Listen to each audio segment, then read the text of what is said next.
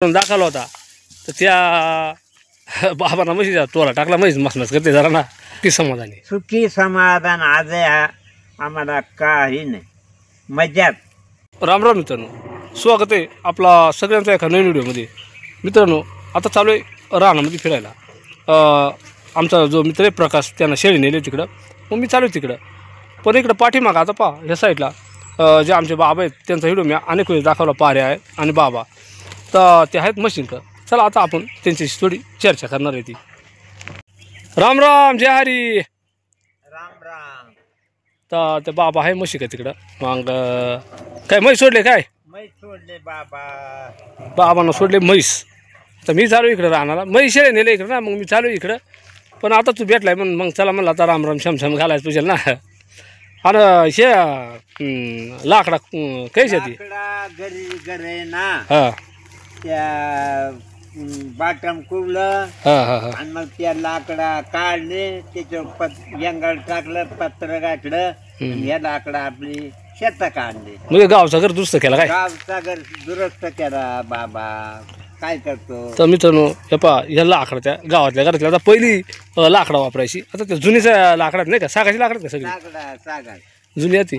आणि मित्रांनो आता ते त्यांची वस्ती आहे इकडं। बऱ्याच वेळेस मी आपल्याला दाखवले, इकडं त्यांचा आंब्याचा बाग आहे, इकडंच राहते ते। आता गावातलं घर दुरुस्त केलाय, मग आता केलाय, मग आता घरी राहायचे काय, घरी जायचा। तिकडं माणूस एखादा आजारी झाला तर इकडं गाडीची सोय नाही, गावात गेल्यावर तिथून कुणी काही पळावता येत आहे। पावसाळ्याच्या वेळेस पावसाची लई तकलीफ, इकडं गाव गुडघ्याला गाळ, गाडी येत नाही का नाही, गाडी येत नाही, असं येत त्याच्यात।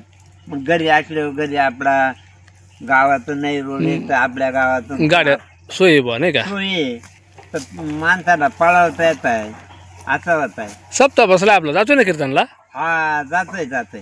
आता ना आता ते भाऊ तुम्ही आता माळकरी बाबा ते आम्ही तर जातोयच म्हणायला, पण तुम्हाला जाण्याचं हे करतात नाही का जायला। मग आता हाय तोवर बा देवाची म्हैस गेली पाय, म्हैस गेली तुबुआ म्हशीची काय रे, देवाची सेवा कर, देवच आपल्याला आता लहानपणापासून तुम्ही त्याच्यातल्या पानापासून बऱ्याच वेळेस मित्रांनो दाखवला होता तर त्या बाबांना म्हशीचा तोरा टाकला, म्हैस मसमस करते जरा ना, त्या राहते हे जनावर जाते बाबा, तिला टोळा दाखवल्याशिवाय नाही का, नाही नाही नाही तर तिलाही पळत राहते। राहते रे। हां हां हां चालेल चालेल। तर आता बाबा भेटले ती आणि त्यांचं चालेल म्हैस चारायचं काम। तर आणि ह्या झाडाला पाला नाही राहिला बाबा आहे ना, हा पाला नाही राहिला, पाला खराळला, उन्हाळा आला आता पार नाही का, चाराय पार वाळून गेला ना, काय गेला बा पार निकाल वाळून। आता आता कसं आहे म्हशीचं चलन चालू असेल, कसं आहे थोडाफार नाही का, कसं आहे बुवा 2-3 किलो खावा, कसं आहे आपला चालत आहे। चारा वाळला, पाऊस नाही काय नाही, आता पावसाळा संपला ना, आता कवर पाऊस पडणार आहे। आता पाऊस नाही तर मग चारा आपला काही बागायचं क्षेत्र नाही आपल्या इकडे। हा म्हैस पार कमी पडून गेला असेल ना दुधाला आता, पार 1-2 लिटर दूध देते, कसे आपले नवरा बायकोचा भाग येते। आणि मग आता म्हैस इंगाचा नाही ना करीत, पकी पळत नाही ना, हा पळत नाही ना पकी, पळायला नाही पळत, त्या लोडणार राहतात तिच्या गळ्यात। पण मग पळाली पळत आहे का म्हशी मग चालवत आहे? अरे कसं आहे मग आता पळवायला पाहिजे, पळत नाही तर मग हा बरोबर। हळूहळू आता ह्या वयात आहे बाबा, आता म्हशी म्हणजे आता कसं आहे कळलं, पण म्हशीचा आता ह्या वयात म्हशी वळतो म्हणजे आपण नाही बा, पण मग आता काय करणार नाही का। अरे पोरं आमच्या वयात तुमचा नाही जमणार, आणि एवढं वयस थोडं झाले तरी अजून म्हशी वळीते, तुमचा नाही जमणार। नाही चालूच आहे। मग आता म्हशीचा काय खवा करतोय का? खावा खावा कसं आहे बुवा, किती किलो? 1-2-3 किलो भरत आहे। बाजार कसं आहे खव्याला? बाजार सुटत आहे बुवा। नाही बाजार कसं आहे खव्याला? हा बाजार 200 रुपये बाजारही नाही देत आम्हाला। बाजार नाही आता वाढायला उन्हाळ्यात पण दूध कमी पडेल। अरे तेव्हाच मग पार 1-2-1.5 किलो येणार, मग त्या वाढून नाही काय, वाढून लय झाला तर 10 नाही तर 20 रुपये किलो झाला, संपला त्याचा कारभार। आणि मग समजा आता निका खावाच करतात का, खातात ते दूध खायला, मग खाल्याशिवाय कसा खा, आणि तुमच्या वाणी नाही बरोबर एवढा अजून, मग आम्हाला दूध पाणी खाल्याशिवाय नाही ना। बरं बाबा माळ करी होती काही मटण मच्छी खायचा विषय नाही का, नाही आणि ह्या त्याने पहिल्यापासूनच दूध दुभता खायले मित्रांनो. आणि म्हणून या आयुष्यात तुमचं एवढं नाही बा आम्ही जगणार. नाही जाणार. 70 आता किती वय असली तुझा बाबा? 70च्या पुढं असेल. 70च्या पुढं बाबा असेल. 70-75 असेल एखादी आहे ना. आमचं तर काय बा 40-45 झालं का गेलो मात्र झालं तुमच्या नाही का. चालतंय चालतंय. आता वातावरण नाही तुमच्या काळात वातावरण भारी होत आहे ना. बारी बारी आजार नव्हतं काय नव्हतं बाबाला. आजार नाही. पण आता बाबाला गोगल नाही ना काय नाही तरी खणखणीत दिसतंय. एवढं वय झाली आम्हाला दिसणारही नाही का. चाल चाल नाही दिसणार खरं. बाबा पहिला लय म्हशी पाहायचे आहे ना तुम्ही. अरे पण तोपर्यंत नवरा बायको ताटम तर मग मच्छी काय 4-4, 5-5 मच्छी राहायच्या. 2 बाईला 2 बैल आवत करी होतं बाबा. गाडी आवत करी तो बाबा ते आई माय पाठी माग. हा तवाचा काय याकडा नाही का ताट. काढलं यागळा. नवरा बायकोला फिकीर नव्हती. आता वय झाले काय आता सगळा आता एक कशी तरी आपल्या बाग आहे पुरती माहीत आहे. आपल्याला काय मॉल मंदिरी जायला काय आता मॉल मंदिरी करायचा दिवस नाही दिवस नाही राहिला. वाला शेंगा लागले ते कसे आम्ही तर खाली बस सकाळी आमची आम्ही त्या दिवशी केली ना घरची काम. एक दिवस पाऱ्याची आजची आमटी खाय याच लागल आम्ही बनवले. पण आता आमच्या काय वयस्कर माणसं आता ना ती एक दिवस आपण खाली होती गेल्या साली ना. आंबेली बार नाही ना आला अजून. नाही अजून आंबेली बार आता त्या महिन्यातच येतोय ना. हे पण काय आंबेली आलाय आमच्या नाही आला अजून. मित्र आपल्या कुठे आलंय हे बाबाचं आंबे ते बा. काय शेंड वाढलं कसं काय इकडे.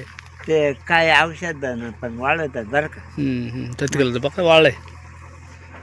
ते मग मी आता त्या काड्या तोडायचा टाकून दिलाय. ते तोडली ना दुसरी वाळते मग त्या औषधाचा काय गुण आहे का त्या मेडिकल मध्ये जाऊन चौकशी करायला लागते काय कळलं. हा बरोबर आहे. मेडिकल मध्ये म्हणा पाना असं शेंड वाळतात ना. मेडिकल मध्ये जाऊनच आपण चौकशी करू. मग आंब्याची नाही वाळते अजून. नाही पण यांचे नाही वाळत आहे.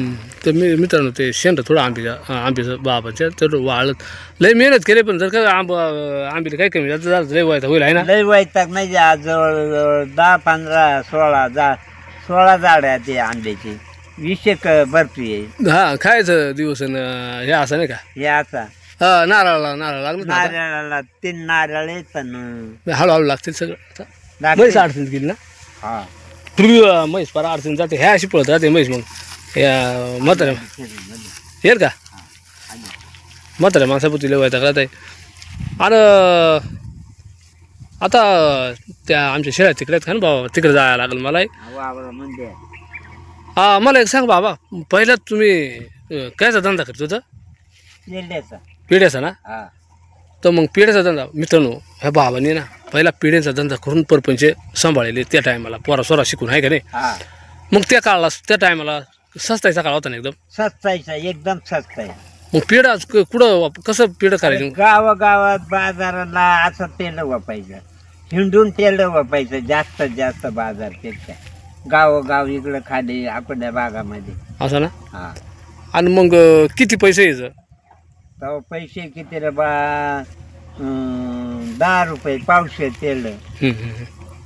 तर पैसा किती येणार आहे. पण तो सगळा खायला बाजार कमी. साखरेला बाजार कमी.